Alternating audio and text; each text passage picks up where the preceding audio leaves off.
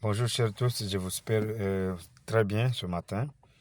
Nous venons avec un sujet très important, c'est un sujet d'actualité. Actuellement, il y a une confrontation directe entre l'Israël et l'Iran. Vous devez comprendre qu'en relation internationale, il y a ce qu'on appelle l'anarchie du système international. C'est-à-dire qu'il n'y a pas un État qui doit donner des instructions aux autres pour que les autres acceptent. Donald Trump avait tenté de plier le régime de Pyongyang et ça n'a pas marché. Et le pays s'est doté d'une arme nucléaire. Aujourd'hui, la Corée du Nord est respectée. Donc il y a une situation volatile actuellement dans le Proche et Moyen-Orient qui demande la lecture objective de la géopolitique de cette sous-région, très instable, d'abord une région très stratégique pour les intérêts et le commerce mondial. Les Américains ne vont pas continuer à stresser l'Iran parce que, comme vous le savez, l'Iran a une clé en main qu'on appelle le détroit de Hormuz. Ce détroit, c'est 20% du commerce mondial ou international. Le pétrole des Occidentaux, des grandes compagnies maritimes passent par ce détroit de Hormuz. Une guerre continuelle entre l'Israël, l'Iran et les États-Unis d'Amérique pourrait amener l'Iran à freiner le détroit de Hormuz et cela va paralyser totalement le système commercial mondial et ça va demander une escalade de cette situation parce que l'Iran est dans sa souveraineté de se doter d'une arme nucléaire.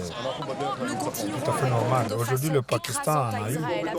Les Juifs peuvent se réjouir d'avoir éliminé le cerveau du système scientifique qui développe l'arsenal nucléaire iranien. Non, mais ce n'est pas tout. Ne pensez pas que c'est seulement 3, 4, 5 Iraniens qu'on a tués. Et c'est fini, l'Iran est déçu non plus. L'Iran a un système de cache d'armes, plus de 800 mètres de profondeur. Ils peuvent se tromper des cibles, mais là où ils ont caché les armes, ils ne peuvent pas, l'Israël ne peut pas atteindre. Mais je vais vous dire un autre élément très important, c'est le sujet de la Palestine. La Palestine, Jérusalem, c'est la capitale même de la Palestine, ou future capitale de la Palestine, parce que l'Israël a eu à annexer encore Jérusalem pour sa colonisation. Mais c'est cela la géographie du Moyen-Orient. L'Israël est devenu pays indépendant en 1948. Les pays arabes n'avaient pas aimé cela. Ils ont déclenché une guerre contre l'Israël. Et l'Israël a remporté. Ça ne veut pas dire que c'est l'Israël qui avait remporté. C'était une guerre menée par les États-Unis d'Amérique. Aujourd'hui, c'est la même chose. L'Israël seul ne peut pas tenir à l'Iran, wallahi, je vous assure.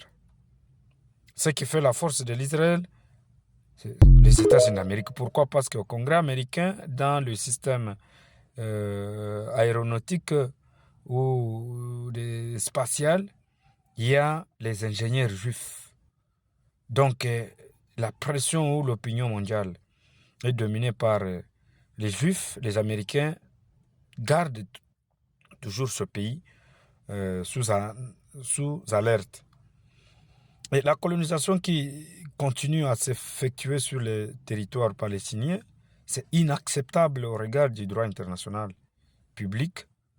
Et ce que je dois demander pour une solution adéquate, les pays arabes, peu importe, parce que je vous rappelle actuellement, il n'y a que la Cisjordanie, si j'ai une bonne mémoire, et l'Égypte, et les pays qui ont des contacts diplomatiques avec l'Israël, le reste du monde arabe n'en ont pas.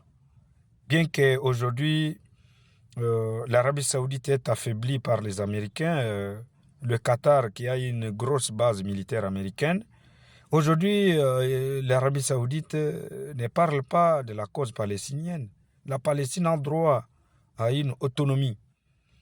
Pour mettre fin à cela, les pays arabes doivent reconnaître l'Israël comme un État.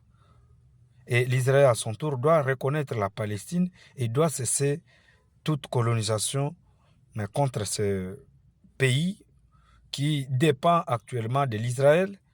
Et même au Conseil de sécurité des Nations Unies, les Américains brandissent toujours les droits de veto. Mais je dois vous rappeler que la monnaie qui est même consommée par l'État palestinien, c'est la monnaie israélienne, qu'on appelle shekel israélien.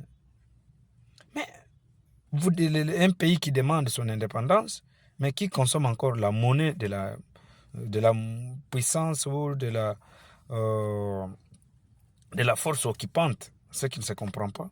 Donc les Palestiniens consomment la monnaie israélienne qu'on appelle shekel.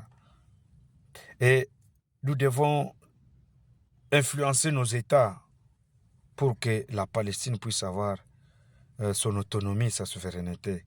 Et ça sera une paix durable au niveau de la sous-région du Moyen-Orient et Proche-Orient. Merci.